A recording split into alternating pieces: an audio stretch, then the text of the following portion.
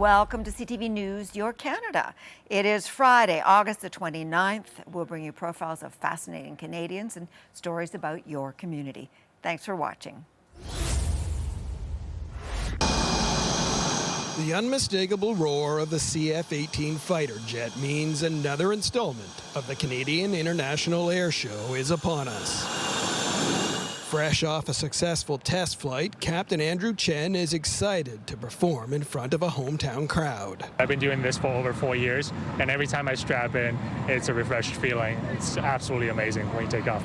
The air show, an end-of-summer ritual for this pair of 15-year-olds who stood in the pouring rain for 3 hours just to get a sneak peek. It's just exciting. Yeah. Exciting to watch and see stuff like that. We're both looking to get in the military, become fighter pilots, so just cool to watching. That's a dream. They can look to Rory Harrison for inspiration. 5 years ago, he watched the show from the ground. Now he pilots this search and rescue helicopter. I was going to Seneca College in Toronto, and just before orientation week, we went down to the CNE, and the air show was going during that weekend, and I saw the helicopters and the snowbirds. The F-18 demo team was there as well, and it was just a big inspiration to join the forces. The CTV News chopper captured this footage of the famous Canadian Forces snowbirds, the closing act each day of the air show, because, well, who's going to top the snowbirds? I want to say no pressure, but we think about everybody that's out there watching, especially in Canada's biggest city. You know, there's going to be essentially millions of eyes on us this weekend. More than 1 million people are expected to take in the sights and sounds from a variety of vantage points this holiday weekend. There is great viewing points all across the city, from kind of the Humber Bridge all the way over to Billy Bishop Airport. And it's nice because young families can go and experience the air show without having to spend a lot of money.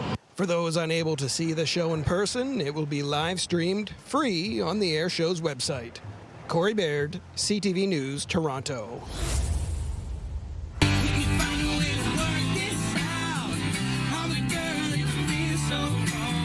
Post Malone and his band crammed into the littlest honky-tonk, a converted horse trailer towed from Calgary down to floor level at the Rice-Eccles Stadium in Salt Lake City, Utah. Posty is on the road for his country album F1 Trillion Stadium Tour, but he wanted to strum on this little stage. His manager saw one of our videos organically, which is the best way that we could get out. Boots and Laura Graham recently started a video series recording local and international country musicians in the littlest honky-tonk. In June, Post Malone recorded 2 videos celebrating country western lifestyle. He was dragging calves at a branding the day before, like working cowboy stuff. And he has platinum teeth and face tattoos and a rap career, so I was not expecting that. It was completely out of left field for me. The couple began refurbishing a horse trailer in 2021, over time adding more music memorabilia. Now, it's like a mini museum. It's like stuff we're interested in and have always been interested in, so it's like country music stuff. As people know what we're doing, they kind of want to be a little part of the project as well. The stories from this tiny set are almost as precious as the items on its walls. Post Malone stood between these horns, or Corb Lund was a little bit too tall, so he had to crouch down in here. And they hope to one day host other icons of country music and maybe take the trailer down to Nashville. Sky's the limit. Dolly Parton. Here we come. Stephanie Thomas, CTV News, Calgary. The art of turning a proper furrow is on display in farmers' fields near Ayton this week as the best plowmen in Canada take part in our National Plowing Championships. It's nice to see the tradition carry on. I mean, this is the top in Canada to see, and the opportunity to go to the Worlds. I went to the Worlds back in 2017. It's a great opportunity. A select group of predominantly farmers are trying to keep their fields straight and their furrows clean and precise as judges watch on. We want the furrows even, well packed. We want all the grass and sod buried. We don't want sticks or straw sticking up or green sticking up, and we want nice ins and outs that we can finish the field with. Just plow them in nicely. Plowing has been around for thousands of years, starting with an ox and stick. Its purpose is to simply turn the soil over to create a new fresh bed to seed. It is used less and less in modern agriculture, though, as no-till farming and other advancements decrease the use of turning a furrow. Yeah, it is going away on farms. Lots of farms still do. It's, it's just one tool that we can use to grow good crops, but certainly keeping the art of it and the skill and the quality, it's nice to see it carry on. No one is happier to see it carry on than Bert Byance, who has come all the way from Strathroy to watch the Canadian Plowing Championships. He has plowed for Canada at 8 World Championships. He started turning furrows at the ripe age of 7. People play hockey, play baseball, and we do the plowing. So that's basically it. But if you want to make money, maybe baseball or hockey pays better. Turning the best furrow here is about a lot more than just bragging rights. The winners and those that qualify will represent Canada at the World Plowing Championships taking place next month in Europe. It's just one thing like we can celebrate in agriculture, right? And kind of farmers can come together and appreciate the sport. Near Ayton, Scott Miller, CTV News. The first day is always big after a whole summer away, a reunion with your besties. But this year, old friends are getting together under a new roof. This is day 1 for Face Elementary students at this building on Christophe Colomb Avenue. She says it feels good to be here since the old school was starting to crumble. Walking these hallways feels like a new beginning. But behind the excitement, some families are still grappling with the change. They had to move because the old building on University Street needs major work, and the government scrapped the project after renovation costs ballooned to $375 million. The school board chair says they're still fighting to see that project happen. We're going to continue to advocate for that and see what solutions we can find. And we haven't lost hope. Face high schoolers are still at the University Street campus for now. They will be relocated to SunU's former headquarters on Saint-Urbain Street once renovations there are complete. EMSB says that could take up to 2 years. As for the youngest students, some parents see this move as a positive. She says it's a beautiful beginning and fills them with hope. But others feel something has been lost. We miss the old school. We miss having the big kids around, especially. We miss the fact that the French and the English won't be mixing in the same way in this new school. We really don't want anything to change about the school, and I think that this is like the truest representation of what Montreal is all about. Students have mixed reactions too. J'aime bien les classes. What are you most excited about? I guess learning more. Others notice what's missing. I think it's small. It's more like a mansion.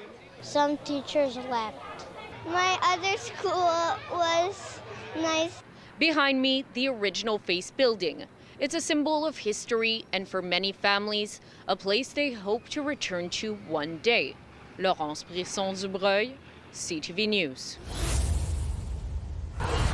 The jungle farm in Red Deer has been in Leona Staples' family for more than a century. Since then, it's just come through the generations. So I am the 4th generation that's been farming on the exact same land. While the name might suggest exotic animals on site, it's actually a produce farm growing all kinds of fruits and vegetables. Zucchini and potatoes and peas and beans and broccoli, cauliflower, cabbage and beets and Swiss chard and corn. Their farm operates by letting people come and pick their own produce, a highlight for children when visiting. What do you like about being on the farm? Picking strawberries. I like picking carrots. Strawberries look really good, so I'm excited to eat them. Staples says their strawberry fields are a fan favorite. No better strawberry than a strawberry picked at 4 o'clock in the afternoon where it's swarmed from the sun all day, nice and red strawberry, and the juices drip out of it. A hands-on experience is important for Staples. She says having people pick the produce they eat, especially children, gives them a better understanding of where their food comes from. I just had a note from a mom who was in our ABC program who said, there is nothing more beautiful than having my daughter chomp on cauliflower like it was an ice cream cone. Just to give them the experience of picking berries out in a farm instead of buying it at the farmer's market or in the store. Education is part of the Jungle Farm's mission. It's a huge part of Alberta to have the farms available and here to pick fresh produce and support our local economy. You don't need your own farm to flex your green thumb, giving people a chance to pick their produce right from the source. In Red Deer, Miriam Valdez-Carletti, CTV News. Saturday, September 20th, Good Robot is hosting Halifax's first ever dog wedding. And what you can do is you can submit your canine duo onto our website, and the public will vote on the cutest couple to get married at My Big Fat Dog Wedding. It's a fun event for beer drinkers, really. It's $10. $5 goes to our charitable partner, Fly With Me, which is a dog rescue from Dartmouth. $5 gets you a drink with Good Robot. We're gonna have a wedding ceremony with dogs and people, a dog ring bearer. We're gonna have dog bow wow vows, comedian Dan Hendricken hosting, and then after there's gonna be an after potty, of course, P-A-W-T-Y. Fly With Me, they've been a great partner to work with, and fundamentally, any nonprofit that is willing to host a dog wedding with us is good in our books. So Fly With Me, we do local surrenders from anywhere in like Nova Scotia area. If there's folks who aren't able to care for their dogs anymore, the rescue will take them in and get them into a foster home until they can find a new forever home. And the money will help with the cost of getting all of their vetting done and their health certificates done. The proceeds will go to help save more dogs from kill shelters in the States or from local surrenders. So these dogs were surrendered to Fly With Me at 4 days old, and they've been with us ever since. They've been bottle fed, and now they're fully weaned onto their kibble. They got all their shots and their health certificates yesterday, so they're ready to go to forever homes anytime. Just search Good Robot Dog Wedding and you'll find it, and you can submit your canine couple. You've got until September 5th to submit your couple and vote on the cutest canine couple in Halifax.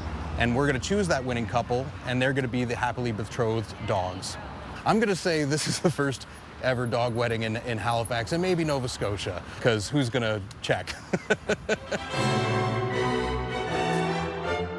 Oh, we've done plenty of stupid stuff in the past for sure, but I think this one takes the cake.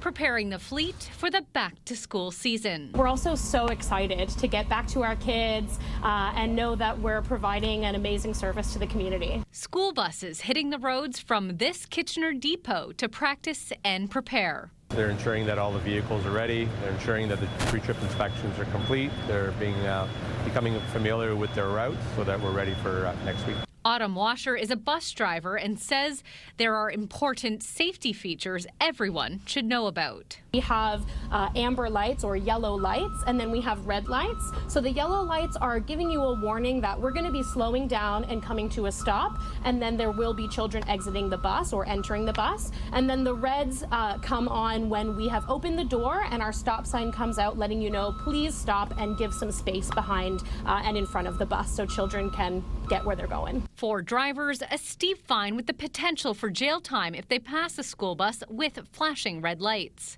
For the first offense, a minimum fine of $400 to a maximum of $2,000 and 6 demerit points. For a second offense within 5 years, a minimum $1,000 fine with a maximum $4,000, 6 demerit points, and you could face up to 6 months jail time. Your insurance premium could also increase after a conviction. Any bus manufactured from November 1st, 2027 will be required to have a perimeter video system attached to the stop sign arm, which will detect drivers who don't stop when the lights are activated. But for the team at Transdev who operate buses throughout Waterloo Region, the message is clear. Please just be mindful. You know, we're thinking about the safety of our future generations. Ashley Bacon, CTV News, Kitchener. 89X is back. It was the radio station that gave Windsor Detroit its edge. And after 5 years of absence, 89X returned this morning, kicking off with the same energy that made it famous in the 90s. We could feel that the public was ready for it to come back. The people of Windsor love the brand, love what it represents. I think Windsor just loves a Windsor thing, and 89X is a Windsor thing. The station first launched in 1991. The first and last song played was Stop by Jane's Addiction. CIMX 88.7 FM flipped formats in 2020, shifting from alternative rock to country. But this morning at 8:08, the familiar 89X brand returned with a touch of nostalgia, playing Stop by Jane's Addiction to kick things off once again. Felt like the right time that enough time had passed that it's time to bring it back and move it into the future. What a great thing for Windsor, Detroit, Essex County, and young Canadian rock bands and bands with a different slant on their take of rock music. For bands like the Tea Party, 89X wasn't just a radio station, it was a launch pad. I think it's wonderful. I think it's incredible, to be honest. I think it's going to be huge, and I think it's going to explode beyond the reach it once had. It felt like when it went away originally, that was like a sad marker for where rock music is, and having that come back, I think, is definitely a bright light for artists like us who are making the music that we kind of make. And for a new generation of Windsor musicians, the station's revival is more than just nostalgia. It's an opportunity. It's going to have so much of an impact on local musicians, artists, and just like your everyday people who are going to be exposed to this genre of music again in this region. And who knows what that could create in the future. So I think that's pretty exciting. The relaunch was already creating a buzz before today's switch. The station says listeners can expect a mix of classic alternative tracks like the ones 89X made famous, alongside new music from today's artists. 89X is back, and it's going to be better than ever. So, Stephanie, for fans who never stop saying bring it back, well, this morning they got their wish. A lot of people will be digging their old 89X stickers and T-shirts out of storage tonight, like I did last night, trying to find this old hat from the 14th annual 89X birthday bash about nearly 20 years ago or so. So, again, Stephanie, we'll be seeing this swag, stickers, and all kinds of stuff around town soon. So much excitement about this. I remember the first car I got, a Chrysler Cirrus, had an 89X sticker on it, and I kept it. We'll be seeing them all over soon. Okay, Chris Campbell, thank you for this tonight. Everything from the flyers and everything I need. Nicole Karen has her list and is ready to shop. I'm really happy. It's nice and close, so now we have a little bit of competition. She's one of the first customers inside the brand new Food Basics store on Queen Street, steps away from the Lion LRT station. It's easy to get around. It's near where I live. It makes it easier to meal plan during the week, I find, if there's something like this that's close by. 99 cents. Shoppers say it's convenient and cost-effective. I'm on OSP, so it makes it easier for my dad, so he doesn't always have to drive me, so I can just walk here. So it's a great idea and great thing. And we are nearby. My office also here. The 22,000 square foot space is the company's first downtown store in Ottawa. It's our first urban footprint here in Ottawa, serving the community that's underserved. Our full Food Basics assortment of products and the same value that you would have at any other Food Basics. We'll have a great in-store shopping experience along with online shopping as well and home delivery. Some shoppers also see it as an opportunity. I did bring my resume with me. I brought 2, just in case. A new addition in a high-density area. Because here's all these condo high-rises downtown, and so we need the infrastructure to support these. There is Farm Boy, and there is the one on Bank Street that I've gone to, but the prices are very high. I prefer the prices here. And the fact that I can walk here and walk home, just wheeling my cart with all of my food, it's just great. Katie Griffin, CTV News. With this beam signed, it's hoisted into the air and fastened into place, completing a major milestone in the construction of the new twin pad arena and community center. Oh, it's 100% needed. It just, like I said before, it's going to grow the sport. It will make more ice time available. We'll be able to stay within North Bay. According to officials, the $63 million facility is still on budget. There's $500,000 in internal costs, and the city did have a $1.1 million contingency plan. There's only been about $300,000 to $400,000 of that was utilized, and that was due to some rock work that was done. The recreation facility will also include a walking track, a community room, and 14 dressing rooms to support both indoor and outdoor sports, with enough parking for more than 400 vehicles. It will also be one of the first net carbon zero recreational facilities in Canada. The federal government is chipping in close to $26 million from its Inclusive Community Buildings program. The taxpayers should be very proud of this project, and the cost reductions from where we originally projected back 2 years ago, and to where it is today. I think that it's good value for dollar. Lead contractor Ellis Don Corporation says once the steel frame is complete, construction crews will move on to steel decking and finishing work, followed by the building envelope phase, which includes roofing and exterior walls. Our goal is to have it enclosed for the winter to ensure that we're able to work right through the winter no matter what the weather conditions are. The city is directing $1.5 million in contributions from OLG towards the project. It's slated for an August 2026 opening, which means user groups won't have to wait too long before they step out onto the ice. It will be really exciting to have more ice surfaces. Eric Tashner, CTV News, North Bay. But we're doing our best to try and keep people alive. Wakatoan Harm Reduction is holding a grand reopening after a fire at a neighboring building forced it to close earlier this year. Hosting a free barbecue for connection and learning, those working at the center are handing out Narcan kits and offering training on how to use them. It's used all the time. Yeah, it's used a lot with the paramedics and a lot with the people who are using. Massively important that everybody knows how to use it because the opioid problem is rising. And I don't know if it'll get any better, but we're doing our best to try and keep people alive. There was also a memorial message wall honoring those who have died from drug overdoses. There's somebody's children, there's somebody's family member, somebody's brother, somebody's sister. People are put in a predicament, and at least we have a place for them to be able to use safely. The program is run by the Niwo Yotina Friendship Center, which also looks for safe, secure, and affordable housing for those in need. What it means is our clients have a safe place to come back to. They have a safe injection use site that they can utilize and safe equipment, and just building those connections. And our housing team relies on this center because it's very difficult to find our clients sometimes. The Harm Reduction and Drop-In Center in the Heritage neighborhood will be open 7 days a week starting September 6th, and the housing and health and wellness programs will continue operating in the Ray Street location Monday to Friday.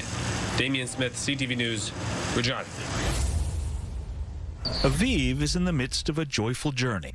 Happy! That began, her mom, Mickey says, when she was a child. She said that there was a really beautiful place she could go to over the rainbow, and that's where people could find happiness. Before she could articulate that, right here, Aviv tried to express it by covering the inside of an empty kitchen cupboard with color. And at first we weren't very happy, but she kept doing it over and over. She just wanted to share that feeling. But if you asked her what she wanted to be when she grew up, Aviv would have said police officer. She wanted to catch the bad guys, but not put them in jail. What Aviv wanted, as you can see from this home movie she made, was to be the kind of cop who could transform bad guys into good ones. Help people! You wanted to help people. When developmental obstacles made law enforcement a challenge, Aviv turned her attention back to art. Good!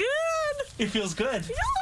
Although a fused wrist makes needlepoint a challenge, Aviv started sewing happy things. She kept doing it endlessly, and she still does it. Now, the 25-year-old's a prolific professional whose work has been displayed publicly from the walls of art galleries to the backgrounds of Warner Brothers TV shows, whose commitment to be a force for good has only grown. She isn't naive as much as she used to be. She knows that there's a lot of things out there that need pictures to help people get through it. And Aviv agrees that the greater goal she hoped to achieve as a police officer is now being realized. It makes me feel proud. It makes you feel proud. Proud to show us that instead of escaping over a rainbow to find what's good, we can triumph over what's bad by fueling our journey here with joy. Adam Sawatsky, CTV News, Central Saanich.